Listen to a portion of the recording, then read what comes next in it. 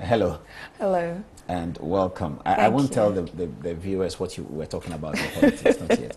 But Jessica is works for she's a communication person for the Second Lady's office, Samira Bawumia, and she works for the Samira Empowerment and Humanitarian Project. Humanitarian Project. Samira Empowerment and Humanitarian Project. Yeah. So that's an NGO, isn't it? Yes, it is. Okay.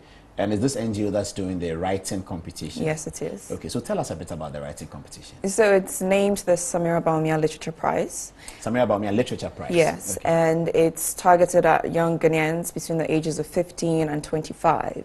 And what's essentially meant to do is to get 30 young Ghanaian writers and get them published, because we realize that that's very difficult for writers to do for themselves. And so we just want this to serve as a launch pad to get writers to share their arts with the world, and then to get people to read Ghanaian work written by Ghanaians for Ghanaians. So basically, that's what it is in a nutshell. What are they going to write about? So the main theme is everyday Ghanaian lives, and so we're asking them, pick anything that reminds you of Ghana or makes you remember home. So I was saying the last time, if I was to write about this, I most probably would write about the fan milk vendor, because wherever I'm at in the African continent, when I see a fan milk vendor, I remember home. Or I would think of the Kinkisela who refuses to give me a lot of shito. It doesn't have to be anything serious, just anything that reminds you of Ghana, of the Ghanaian life. Including negative things? I mean, Ghana is made up of the good, bad, and ugly, isn't it? So it's everything that makes up the Ghanaian experience for you. These people that you're asking them to write, are you guessing that they are already in school or they are not in school? Or what you said, what, 15 to 25? 15 to 25. Yeah, so 15, so that's second cycle. Second cycle mostly, yes. Up until uni. So yeah, that's the age range that we're looking at. They might be in school, they might not be in school. If you find yourself in that age range and you think you're a good writer, go ahead. Write and submit. How would you test for age? These days, the word testing has become important. How would you test for age? So that's something that we have factored in. And so on our website, when you get to the submit page, you have to upload a national ID. If I don't have a national ID? Then you cannot apply. So you upload either your voter's ID if you're from 18 to 25, obviously a passport. If you're 15 and you have a passport, you can upload that. Or you can put up your birth certificate. We've had people put up their parents' IDs, but that would disqualify you, because then it means that you're saying that you're your parents' age. No, but it means you're saying that their parents can confirm their age.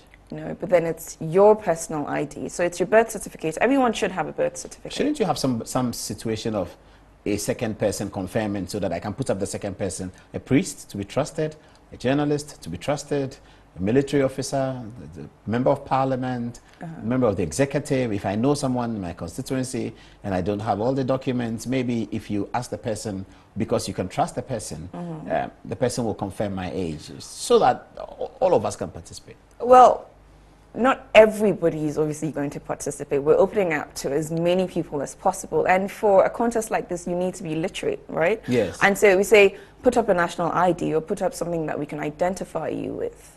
If you don't have that, then perhaps this is not the time for you to apply for this. You can always apply next year, because this is our maiden edition and we hope to make it an annual one. So we might factor this in for the next edition to make it better. But currently, you have to show us that you're of the age that you claim that you're. How many words are you looking for? Up to 3,000 words. Oh, that's a huge lot. It's an amazing lot. Up to. So you can write less than 3,000. Do you have a minimum? No. So from 10 to 3,000? Yes. How are you going to arrange your pricing? Because you have a 15-year-old writing and a 25-year-old writing. How are you going to arrange your pricing? You'll be amazed at some of the stories that 15-year-olds, you'll be amazed at what they can bring up, because they're some of the most imaginative people. And so we're saying, look, we're opening it up, because the judges are not even going to know who wrote what age they are. It's just your submission that goes in that's going to be judged. So if it's great writing, you're going to be proud that you beat a 25-year-old, at it. So how many prizes do you have? We have 2 categories of prizes. If you fall in the top 1 across categories, the 3 categories, short fiction, non-fiction, and poetry. So if you're the best in any of the 3 categories, you get 5,000 Ghana cedis, a brand new laptop. Single best, yes, one person? One person. Wow. And you can only enter into one category with one entry. So if you're the best in any of the categories, you get 5,000 cedis. How many categories? 2? 3. 3 categories. Yes. So you can enter a category. Yes. So non-fiction, fiction, and poetry. Yes. Okay. So, like I said, 5,000 CDs, a brand new laptop, and then you get published. And then we stock this book that we're going to publish in bookstores around the country. If you're part of the 2nd to 10th, highly commended entries, you're going to get 2,000 CDs and you're going to get published as well. So 9 people are going to get 2,000 CDs? Yes. Okay. And they're going to get published as well? 27 people are going to get 2,000 CDs across the 3 categories. Across the 3 categories, yes. So, yes. So each category has 9 people, yes. So 27 people are going to get 2,000 CDs. Mm-hmm. 3 people are going to get 5,000 yes. CDs. And 3 people are going to get 3 laptops. Yes. The top 3. Yes. But all the 27 are going to get published. 27 plus 3, isn't it? So 30. So all the 30 people are going to get published yes. in a book. Yes. Entitled? We'll share that when that comes out. Okay, that's interesting. What do you want to achieve with this writing thing? What do you want to develop? So one of the critical objectives of the Samira Empowerment and Humanitarian Projects is to improve literacy and to help cultivate the habit of reading and writing among the youth. We all know how very important that is when you're going to work or even in your interactions with people. Everything's about reading, is about how you write, how you speak. And we know that you can improve your speaking through reading and writing. So what we're really doing is trying to set people up to have better opportunities to do better for themselves in the future. And we're just saying, learn how to read, learn how to write, get your hands dirty. Even if you don't win anything, you've learned how to write. You know, you've entered a competition, you've shown that you're capable. So how are they supposed to present their work? It's in a Word document. Don't put your name on it. Don't put anything. So in the submit section, you have all your details in there. Those don't go to the judges. Those come to us. So this computer literacy is required? It is required. For 15-year-olds across the country? Of course, for 15-year-olds. Yeah. You're in JHS 3 at that point. We're all studying ICT, no? For BECE. So we expect that you will be computer literate. So the people in the village?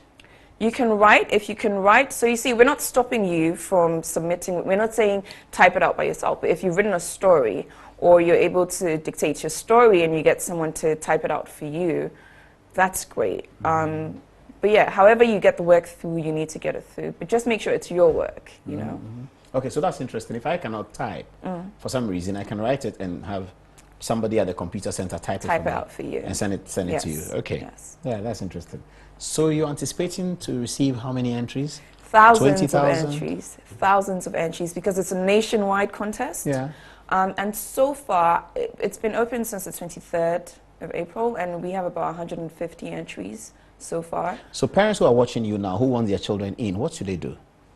Go onto the website. What's the website address? sbawumia.org.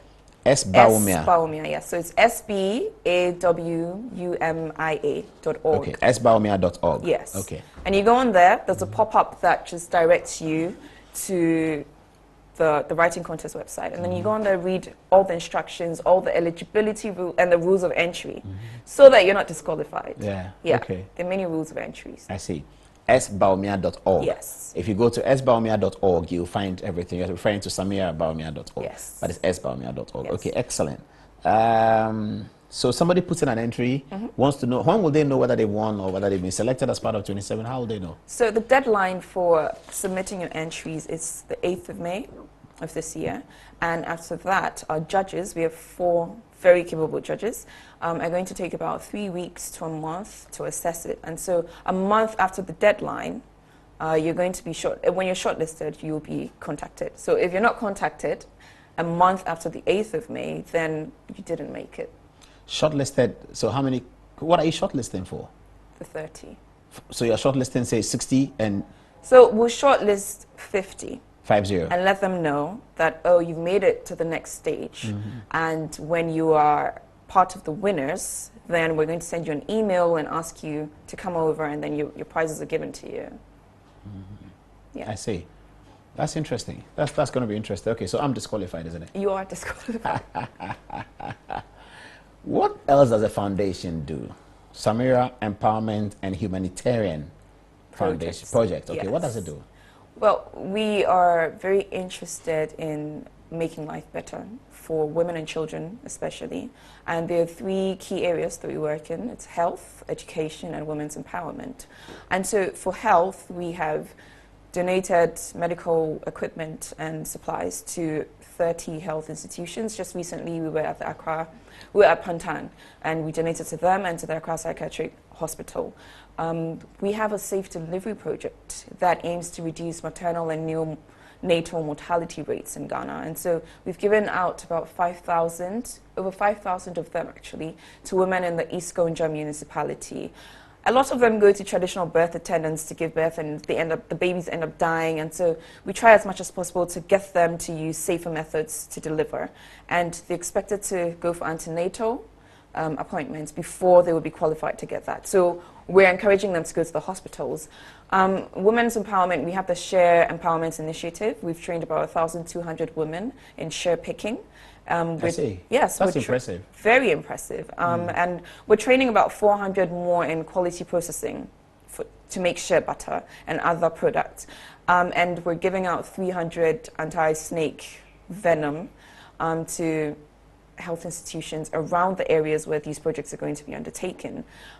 We also have, as part of education, the Library in a Box project. And so Hajia that's a handful. It is. We're doing many projects because we're trying to reach as many people as we possibly can and not leave anyone out. So the Library in a Box project, we understand that reading is important, and we know that reading has a lot of joys around it, and we don't want anyone to be left out. But there are schools that are not privileged enough to have brick and mortar libraries, so we give them books in boxes. So those are just a few of the things that we do. That you're doing. Okay. I think our Facebookers who are watching on Facebook really like you because we're having very high numbers for a non-real political story. So we're now going to talk about you, Jessica. And viewers, when I called her up this afternoon when we were chatting about the program, and I asked her for a photograph, she said she doesn't have a color photograph, she only has black and white photographs. Can you imagine that? That's what she wrote to me. She said, Paul, is it okay if I give you a black and white photograph, or must I get a color photograph? Wow. And I said to her that either works, and she sent us a beautiful color photograph, which you can see on our Facebook page with the advert that we put out for Jessica Boyfield. So who are you? Who am I? Yeah, who are you? Well, I'm very interested in communications, in strategy, and so that's what I currently work in. At my job, I'm a media relations person and research officer, which means that, like I'm doing now, I engage the media, and I also have to research into initiatives and projects that we bring up to benefit the people that we serve. I see. Okay, so do you want to get into politics? We're looking for young, energetic, articulate, brilliant women to fill the front benches of our parliament and to fill the seats in our cabinet. Are you one of those that we should think about?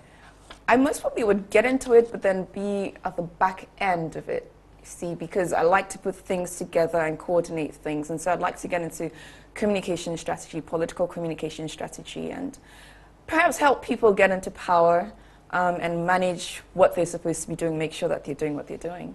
So you would like to be given the job to be the communication strategist for the Nana Akufo-Addo 2020 campaign.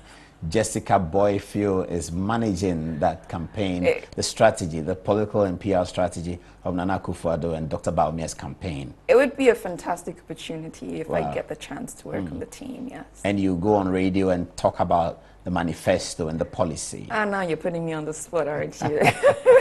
I'll leave it here, and I thank you. But we'll put on our website the sbawumia.org so that people can get in and then have a look. It's been interesting talking to you, Jessica. Thank you so much. And thank you for your patience. Jessica should have been on the program last week, Thursday. I called her up and I begged her that our program is fully booked on Thursday. We have politics after politics after politics, and we have COVID-19 and all that. I begged her to come today, and she graciously did. In fact, today when she reminded me, I had to apologize because I had entirely forgotten about it. But the team worked around quickly, and we put it together. Thank you. Thank you. Thank you for coming.